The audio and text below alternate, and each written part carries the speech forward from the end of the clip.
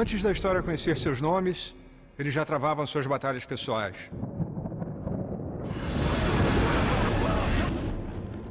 Na Primeira Guerra, o mundo os mudou. Na Segunda Guerra, eles mudaram o mundo. Os Estados Unidos entraram na guerra disponibilizando o poder da máquina industrial americana em favor dos aliados. As Filipinas são tomadas pelos japoneses. Hitler se adianta em declarar guerra aos Estados Unidos. Churchill e Roosevelt se unem finalmente contra o eixo. A quebra dos códigos japoneses permite adiantar aos americanos seus objetivos militares.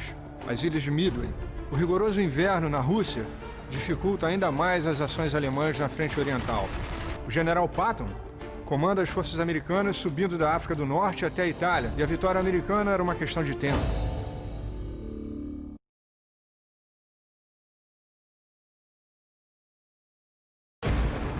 Anteriormente em guerras mundiais. Chegaram! Uma nova geração amadurece no campo de batalha. Mexam-se, mexam-se, mexam-se! Mas quando a luta cessa, os conflitos se tornam internos. A Alemanha está morta e você conspirou para matá-la! A revolução começou! Uma depressão global devasta o mundo, fazendo com que novos líderes cheguem ao poder. Estamos falando no trabalho de 1,5 milhão de pessoas. Alguns trabalham para reconstruir suas nações. Outros criam imensas forças militares, determinados a reacender a luta. Vamos reverter o Tratado de Versalhes e fazer com que essas cadeias se rompam. Com a ajuda de novos parceiros militares, A Itália voltará a ser grande novamente! Adolf Hitler inicia um violento ataque por toda a Europa. Bombardeiem cada cidade, cada aldeia. Vamos aniquilá-los. E com os aliados determinados a terminar com a cruzada de Hitler, Nós vamos lutar nas praias. Vamos lutar nas montanhas. Nós jamais nos renderemos. surge nova ameaça. Almirante, fique. Temos mais a discutir.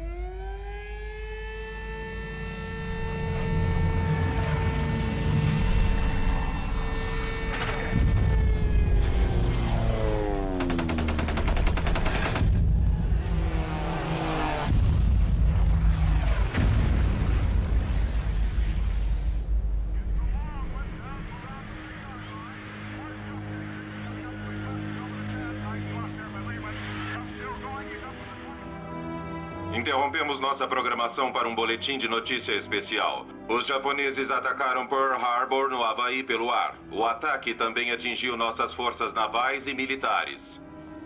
Pela primeira vez na história moderna, a América foi atacada por uma força estrangeira.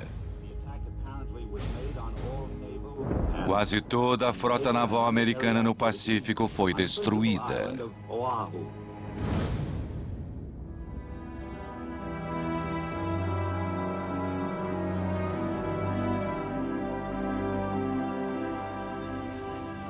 No dia seguinte ao ataque, Franklin Roosevelt faz o mais importante discurso de sua vida.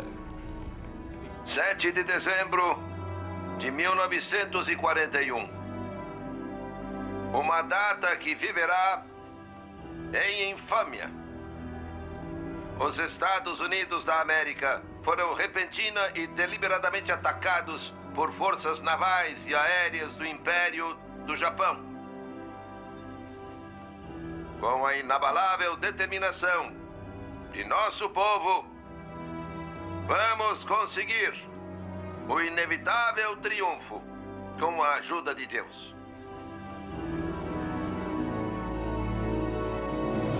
A 9.600 quilômetros de distância, o ataque a Pearl Harbor é visto como um enorme sucesso militar para o Japão. Os japoneses lançaram um dos mais ousados e bem-sucedidos ataques táticos de surpresa da história ao atacarem Pearl Harbor. 350 aviões foram destruídos, 8 couraçados, 4 destroyers. Esta foi uma devastadora derrota militar para os Estados Unidos. Os líderes militares japoneses queriam impor uma condição de rendição às nações aliadas. Para essa condição de rendição, eles acreditavam que deviam fazer um pesado ataque às forças aliadas de uma só vez e depois iniciar negociações de paz. Revendo o ataque a Pearl Harbor, superficialmente, as pessoas estavam jubilosas. Porém, aqueles que tinham informações mais aprofundadas sobre os Estados Unidos estavam muito preocupados que aquela imensa força acabaria derrotando o Japão. Não temos tempo para temer. Estão prontos para o desafio? Os homens estão prontos. E os seus? Os meus também. Há muita atividade em todos os estaleiros. Temos combustível bastante? Temos tudo o que precisamos. Temos bastante munição? Temos sim. É hora de acabar com a ameaça americana de uma vez por todas. Receio que tenhamos acordado um tigre adormecido.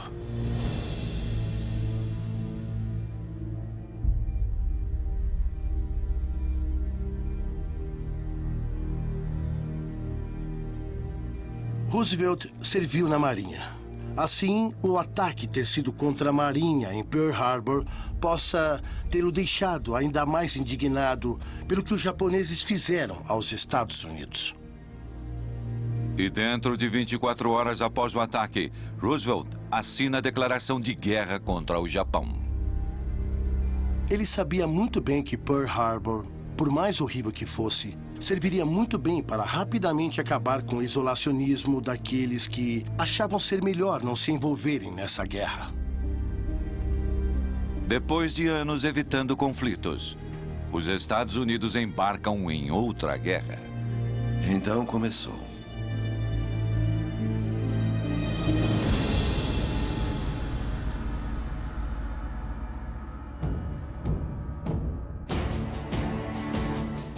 Com a destruição da frota americana no Pacífico, o Japão continua sua campanha para controlar a Ásia. Ataca um alvo-chave pelo Pacífico. Mas para dominar toda a Ásia, eles precisam das Filipinas como base operacional. O único problema era território americano.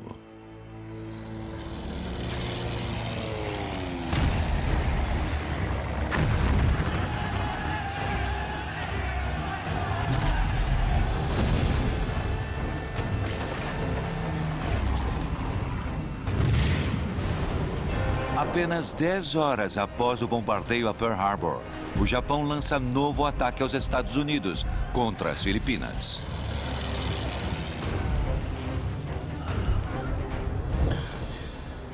Aqui, bem aqui. E o homem responsável pela proteção desse território americano é o general Douglas MacArthur. O MacArthur sentia uma ligação em particular pela responsabilidade de defender as Filipinas. E seu primeiro dia de guerra foi absolutamente terrível. A Força Aérea de MacArthur ainda estava nas pistas estacionada quando os aviões do Japão vieram e destruíram-na quase completamente. Os ataques japoneses eram implacáveis. MacArthur e seus homens foram completamente vencidos.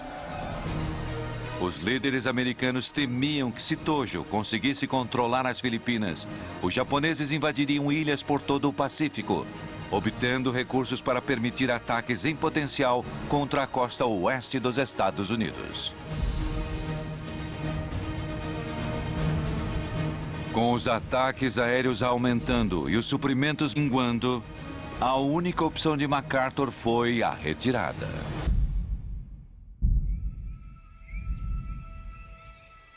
Nas Filipinas, MacArthur foi vencido pelas tropas japonesas e precisou se retirar. Bem, homens! É preciso analisar constantemente a situação. A batalha está mudando, devo tomar novas decisões, devo executar planos de contingência. Coloque os feridos ali. Há espaço para suprimentos aqui junto à parede. Somos oficiais profissionais treinados e devemos ser capazes de lidar com estresse, contornar crises sem esmorecer e sem perder nossa capacidade de pensar racionalmente para que vençamos a batalha. Soldado, me traz o mapa. MacArthur monta um QG provisório em um enorme túnel subterrâneo na ilha Corregidor. Eles podem agora estar abrigados em um buraco no chão. Mas MacArthur sabe que ele e seus homens são a última fortaleza contra o total domínio do Japão sobre o Pacífico.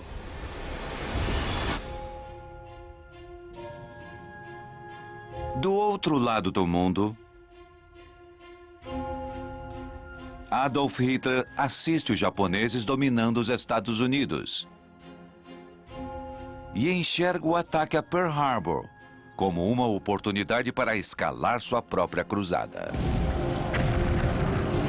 Desde 1939, as forças alemãs marcharam sobre a Europa,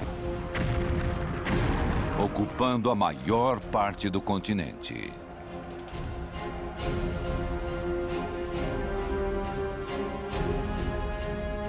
Durante a guerra, o mito da infalibilidade pessoal de Hitler e seu gênio militar realmente se fortalecem e começam a ter vida própria. Meu filho, que bom que veio. É um prazer visitá-los. Espero que possa nos acompanhar no jantar desta noite. Depois de romper sua aliança com Joseph Stalin e lançar um massivo ataque contra a Rússia, Hitler acredita que não existe força militar no mundo que possa vencê-lo. Nem mesmo os Estados Unidos. Em seu segundo livro, escrito em 1928, mas nunca publicado, Hitler deixa bem claro que após conquistar a Europa, ele se voltaria para a América. Para os nazistas, nunca haveria um fim para a guerra, porque eles acreditavam que uma raça como a alemã só poderia continuar vigorosa com a guerra contínua e constante conflito. Mas se Hitler quer estabelecer uma supremacia mundial, ele sabe que terá de derrotar sua maior ameaça e um dia capturar o Prêmio do Oeste para seu povo. Então, em 11 de dezembro de 1941, apenas 4 dias depois do ataque japonês a Pearl Harbor, Adolf Hitler declara guerra aos Estados Unidos.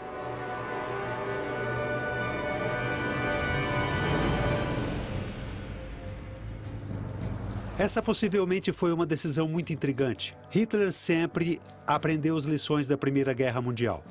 E uma dessas lições era de manter a América fora do conflito. Isto era algo que ele vinha fazendo até então. Mas a essa altura ele ficou tão convencido de que era invencível, tão confiante de que não cometia erros, de que era um estrategista militar genial, que foi contra suas próprias lições do passado. A luta de Hitler se tornou global. Mas sua missão final não tinha fronteiras.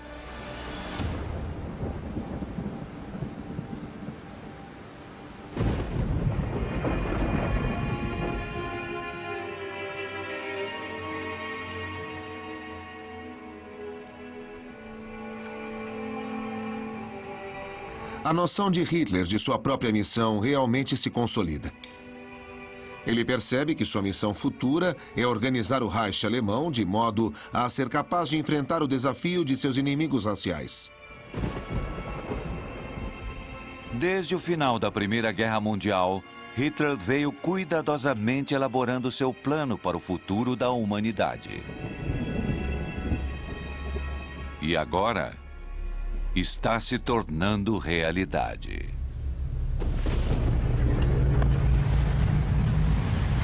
Hitler envia seus nazis pela Alemanha, Polônia e outros territórios ocupados para capturar grupos de pessoas que ele considera indesejáveis.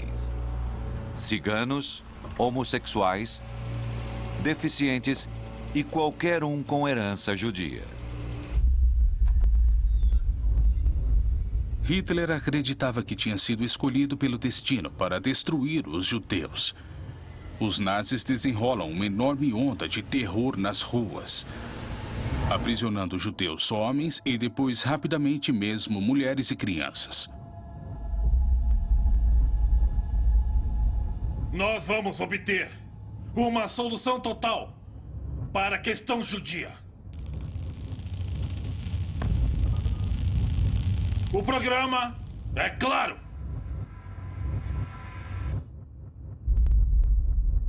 Trata-se de total separação, total segregação. Não apenas significa a exclusão dos judeus do sistema econômico alemão, mas muito mais. Nós nos confrontaremos com a dura necessidade de erradicar o submundo judeu. Assim como erradicaríamos criminosos do nosso estado. Pelo fogo e pela espada. O resultado será o fim absoluto e certo de todo o judaísmo na Alemanha.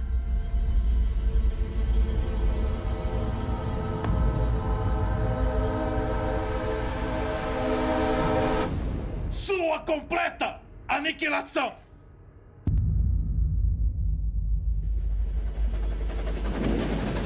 Hitler ordena que os prisioneiros sejam embarcados em trens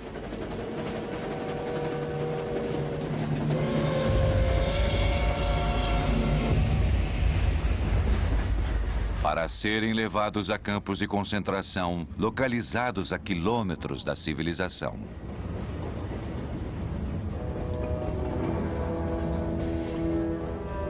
Havia um contínuo transporte de judeus por todo o continente. E, de fato, Hitler negou trens de suprimentos e transporte para suas tropas militares, porque queria usá-los para transportar judeus para os campos da morte.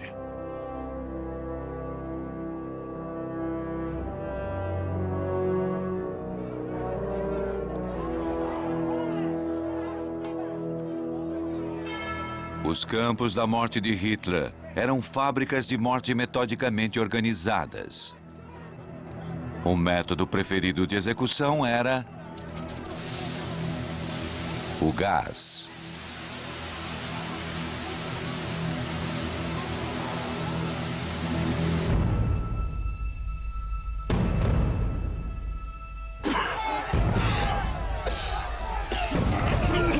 Hitler teve sua própria experiência com gás, mas não teve nenhuma reserva em aperfeiçoar seu uso.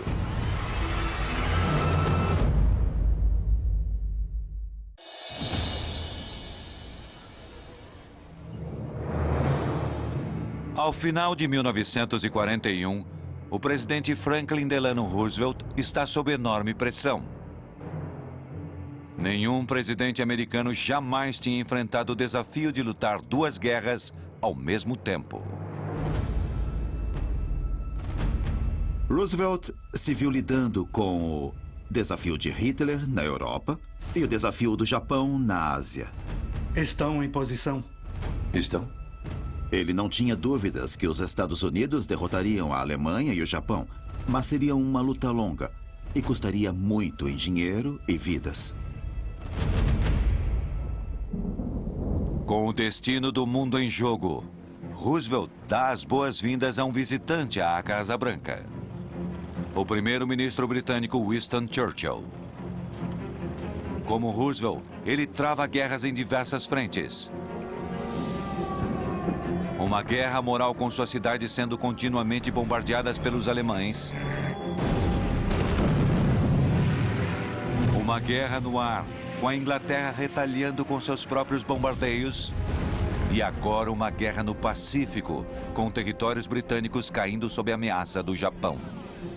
Creio que Churchill foi um grande primeiro-ministro em tempo de guerra, porque ele persuadiu colegas de que a guerra poderia ser vencida e convenceu o povo britânico a suportar sacrifícios. Persuadiu os americanos a juntarem-se no esforço de guerra e persuadiu seus inimigos de que ele lutaria até o fim.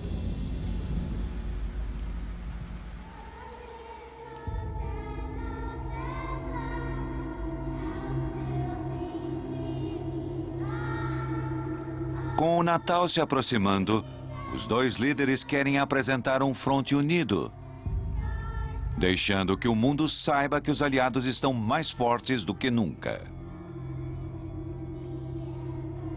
Mas nos bastidores, eles têm pontos de vista bem diferentes sobre como bater as potências do eixo e acabar com a guerra.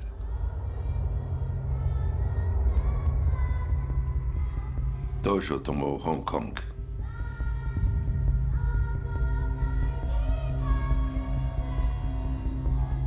Ambos os líderes tinham sido derrotados pelo Japão no Pacífico. Um mundo dominado por Hitler e as potências do eixo parecia uma possibilidade bem real.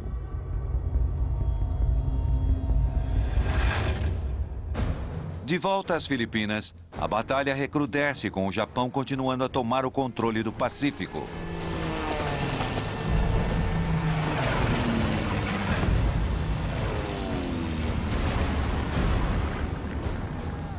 Depois de 3 meses de luta contínua, os japoneses estão se aproximando do bunker do general Douglas MacArthur. A situação está crítica, temos que sair daqui. A linha de suprimentos é absolutamente vital. General! Sim. Para o senhor. A última coisa que MacArthur quer é render a ilha americana. Sim, é muito importante que nós recebamos reforços. Sim, bem, estamos sitiados. Eu preciso de confirmação. Estão todos bem?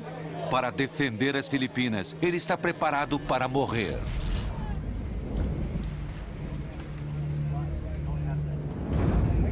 Em Washington, Roosevelt precisa agir rápido.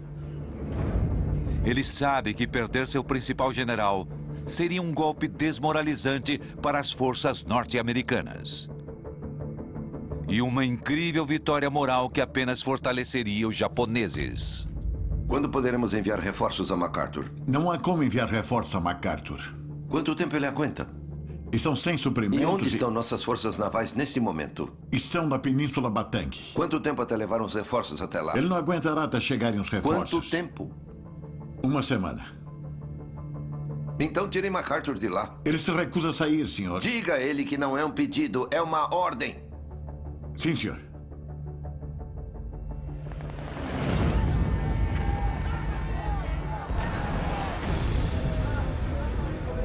A última coisa que MacArthur quer é abandonar seus homens.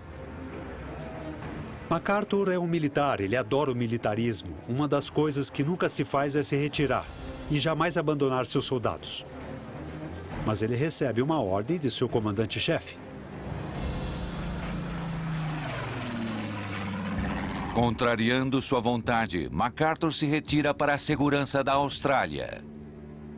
E assim que ele se retira, seus piores temores se concretizam. Com os japoneses derrotando os americanos e finalmente tomando as Filipinas. Foi uma enorme vitória moral para Tojo e para o Japão. Enquanto o Japão conquista o Pacífico, a 9.600 quilômetros dali, as forças alemãs estão avançando para a Rússia. Hitler envia 1 milhão de homens para as linhas de frente. Ele sabe que se conquistar a União Soviética, as forças do eixo vão controlar toda a Europa e a Ásia, governando 30% de todo o globo. E a 2 de outubro, Hitler lança seu ataque para tomar a capital de Joseph Stalin, Moscou. A luta é brutal e ambos os lados incorrem em pesadas perdas. Em pouco mais que uma semana, os alemães capturam perto de 500 mil de soldados soviéticos. Para Joseph Stalin, parece que nada poderá impedir Hitler de conquistar a vitória. Mas justamente quando ele está prestes a deixar sua capital, aparece o pior dos temores de Hitler: o inverno russo. Hitler achou que chegaria a Moscou antes do inverno. Mas o inverno se adiantou e o exército alemão estava despreparado. Todas as tropas de inverno da Sibéria vieram para o oeste e fizeram picadinho das divisões Panzer de Hitler.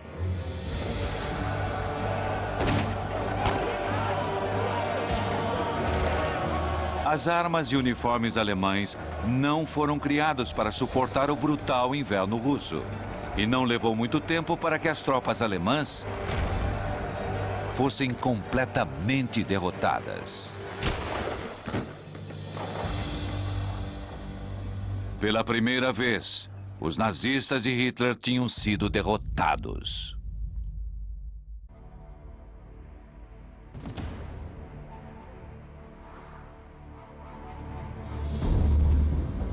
Os Estados Unidos e as forças aliadas sofreram perdas devastadoras nas mãos dos japoneses por todo o Pacífico.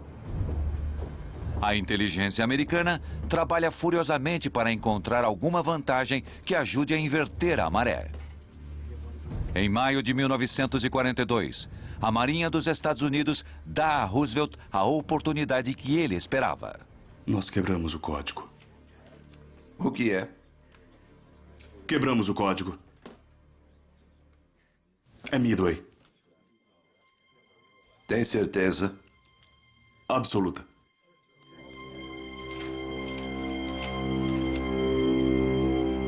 Alerte a frota.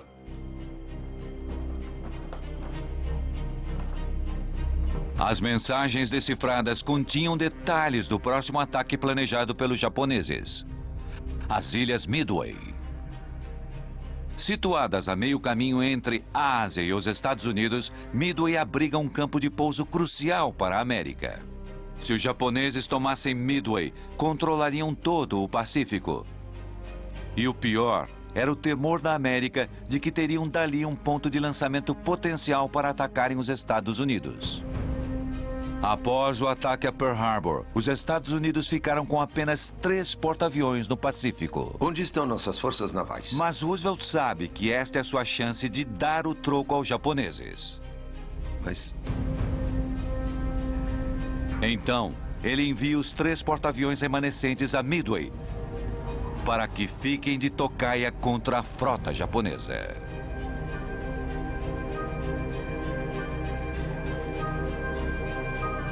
Que Deus nos ajude.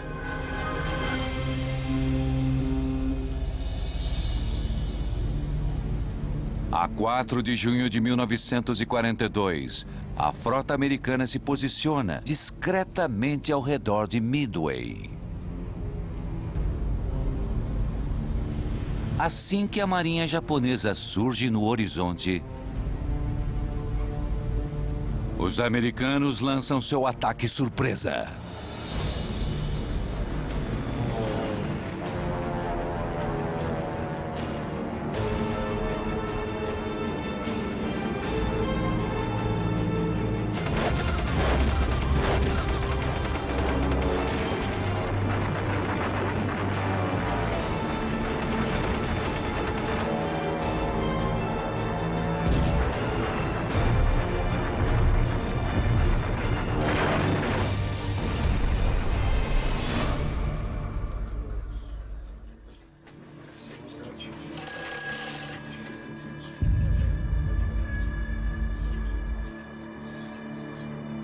Sim.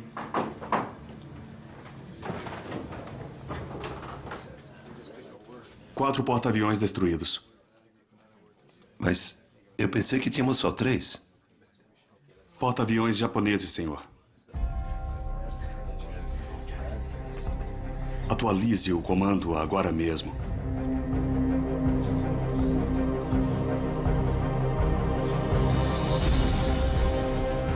Em apenas 6 minutos, 4 dos porta-aviões japoneses usados no ataque a Pearl Harbor foram destruídos.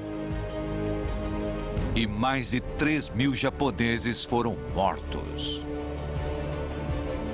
E com a crítica batalha de Midway, os Estados Unidos frearam a expansão japonesa. O Japão precisava continuar vencendo. Se não vencesse, então iria se contrair.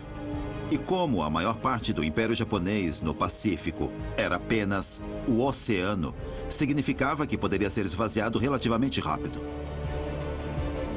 Os Estados Unidos infligiram ao Japão sua primeira grande derrota na guerra.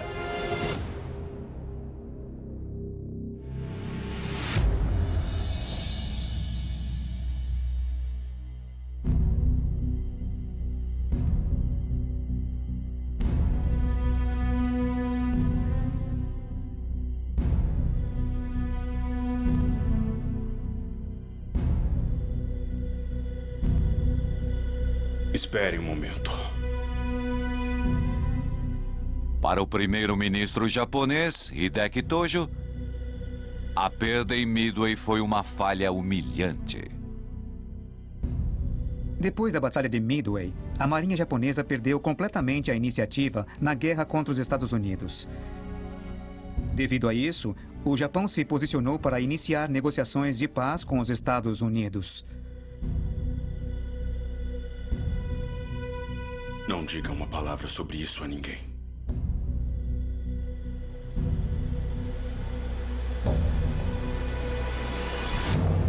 Enquanto isso, na Europa, Hitler está cambaleante com sua derrota para Joseph Stalin em Moscou.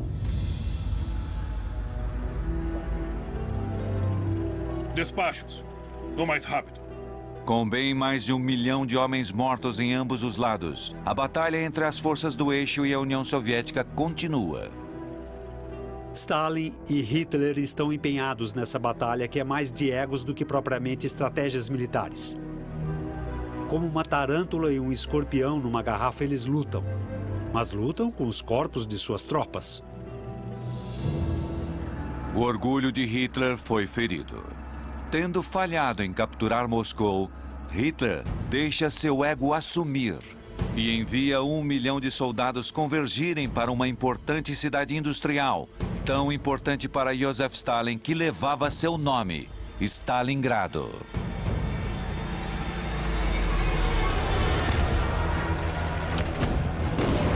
Hitler pensava que isso era uma batalha pessoal com Stalin, então ele foi despejando recursos em Stalingrado. Apesar de a cidade de Stalingrado e Volgogrado não ter importância estratégica, só o nome tinha Stalin.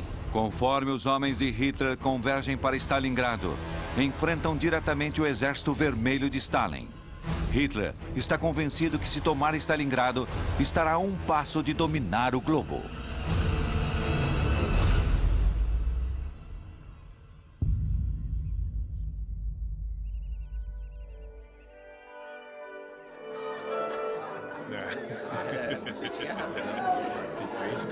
Uma vez, eu passeava com um cachorro e ele passou por baixo da minha perna e eu tropecei e quase caí enquanto ele corria a ladeira abaixo.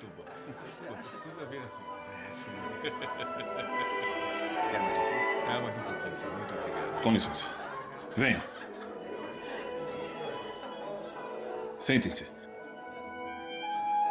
Por favor.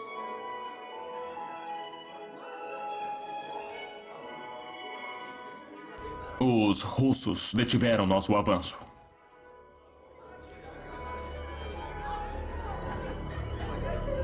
Perdemos a 14ª e a 22ª Divisões Panzer. Permita-me explicar. Chega!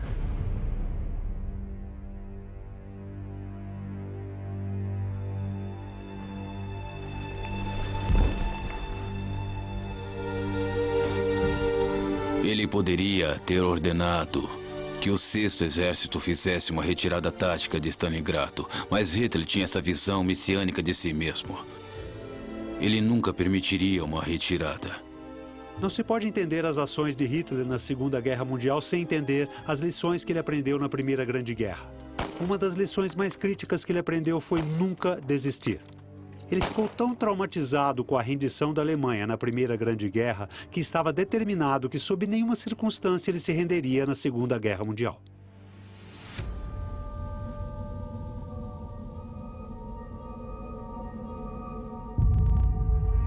Para Stalin, a cidade que ostentava seu nome era inestimável. E ele sacrificaria qualquer coisa para defendê-la. Não haverá deserções. Cada soldado deve lutar. Lutar até a morte. Cego a qualquer lógica, Hitler envia mais tropas para a morte quase certa.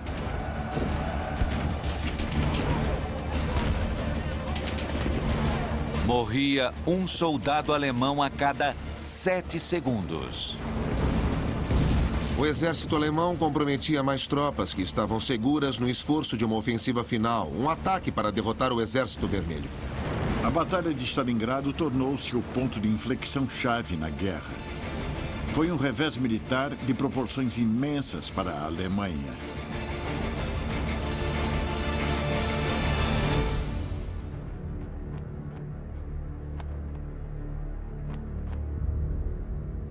Nós celebramos a luz do sol.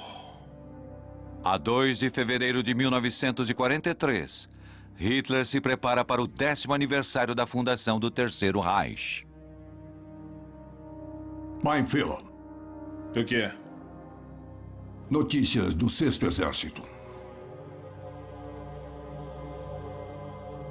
Foi destruído. Destruído? Como isso é possível? Eles se renderam.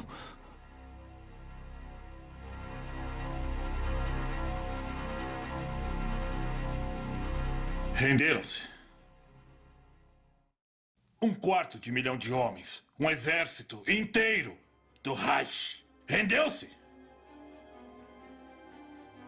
Os filhos da pátria-mãe são traidores de sua raça. Seus nomes são amaldiçoados para a nação, para suas mães, sobre seus filhos, irmãos e irmãs. A mancha de sua perversão é mais escura que o sangue.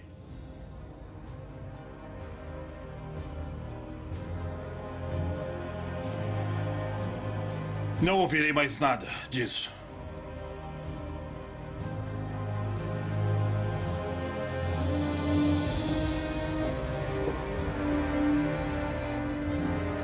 Renderam-se.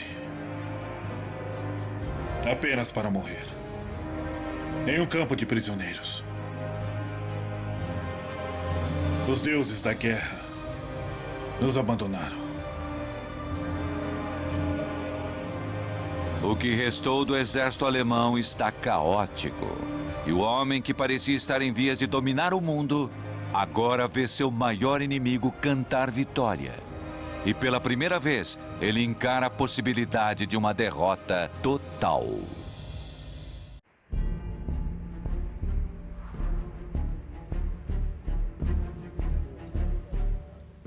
O presidente Roosevelt começa a temer que Joseph Stalin derrote Adolf Hitler sozinho e conquiste toda a Europa para si, substituindo uma tirania por outra. Mas os líderes aliados estão em desacordo quanto à melhor estratégia para derrotar a Alemanha. Churchill, assombrado com o desastre em Galípoli, se recusa a empenhar grande número de tropas aliadas. Em vez disso, ele propõe ataques periféricos que desgastem a Alemanha.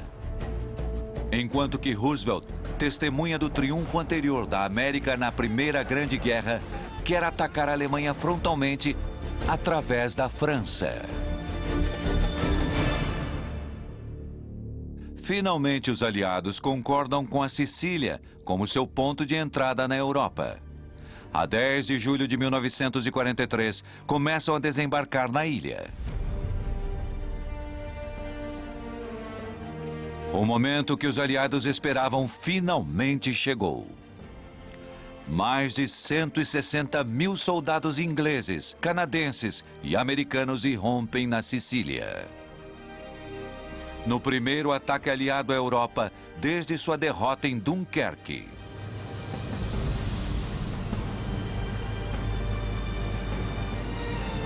Liderando as forças americanas vai o homem que esperou 25 anos por esse momento. O tenente-general George S. Patton.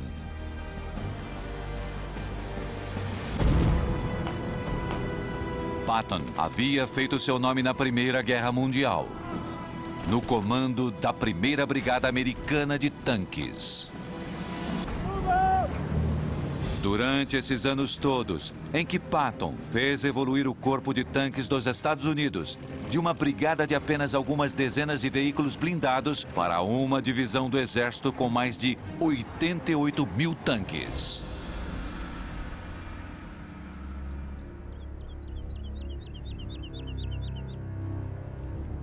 Tendo desembarcado na Sicília, os aliados agora formulam um plano para tomar a capital, Palermo. À frente está o comandante britânico Bernard Montgomery. Queria alguma coisa? Estaremos movimentando o 8º Exército Britânico para Messina ao amanhecer. Estaremos prontos. E ficou decidido que os americanos ficarão aqui protegendo a retaguarda e esperando novas instruções. É só isso. Montgomery e Patton eram figuras contrastantes. Montgomery era extremamente cauteloso, muito cuidadoso. Patton assumia riscos.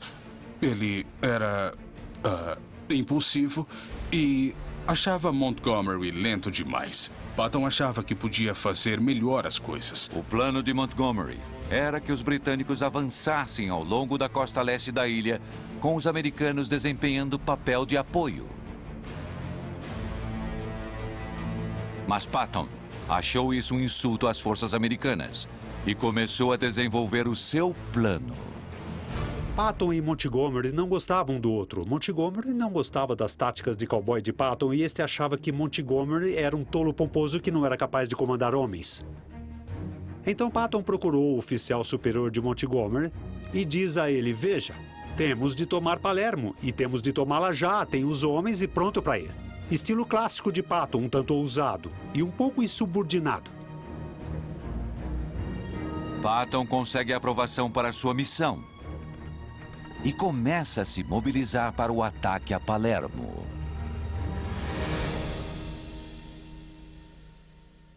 Me chame Patton.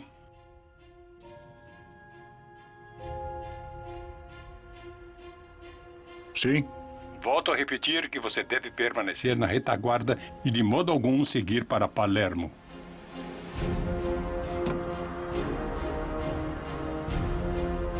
A 18 de julho de 1943, Patton e suas forças lançam um ataque a Palermo.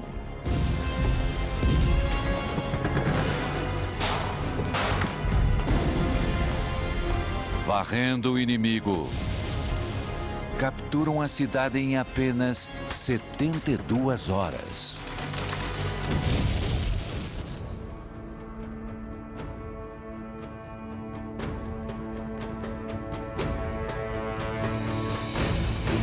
Agora, com a Sicília sob controle, os aliados estão prontos para lançar um ataque massivo contra as forças do eixo. Pegando as forças combinadas dos nazistas de Hitler e as tropas fascistas de Mussolini. 3 de setembro de 1943. Os exércitos aliados entram no território continental da Itália, forçando a retirada de milhares de soldados das forças do eixo.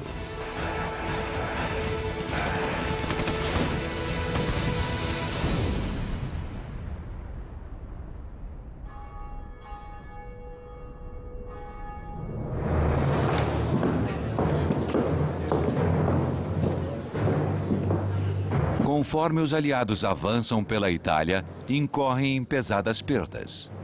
Patton sabe que precisa de cada homem no campo de batalha que conseguir. Soldado.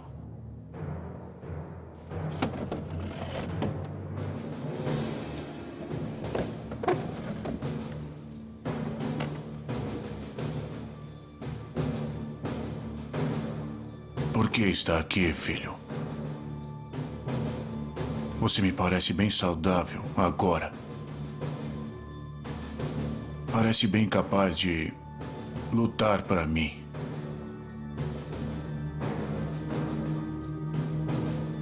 Olhe para mim. Você pode ser baleado e morrer, mas terá de ir à luta. Por favor, não me manda de volta. Você é um covarde.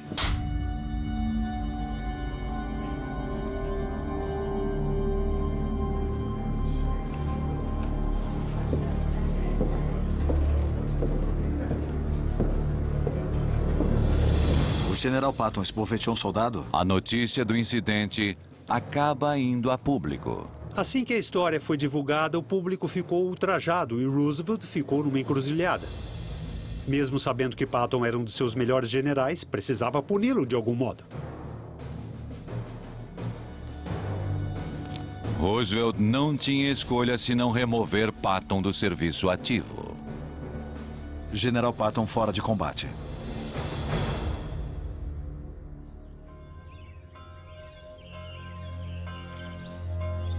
Conforme os aliados tomavam a Itália, cidade a cidade, Benito Mussolini podia apenas assistir seu amado império começando a desmoronar.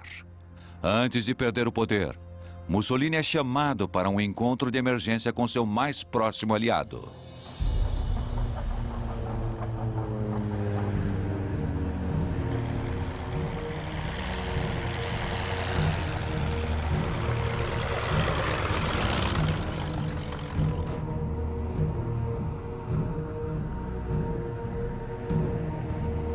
Mussolini podia ter chegado primeiro ao poder, mas agora os papéis haviam se invertido.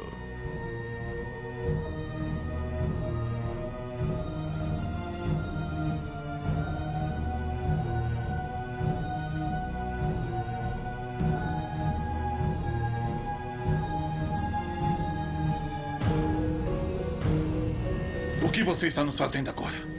Você está nos causando esses problemas e sendo o tipo de aliado que pode ter alguma utilidade para nós. E por quê? Porque temos esse relacionamento. A Alemanha te deu tudo. Nós te demos tudo o que você precisou. Nós te demos artilharia quando precisou de artilharia. Nós te demos homens. Nós te demos nosso tempo, nosso sangue. E agora você vem até mim e me diz que não? Nós passamos tempo bastante conversando sobre essa sua sugestão insana de que eu tenho que continuar com essa guerra e você para!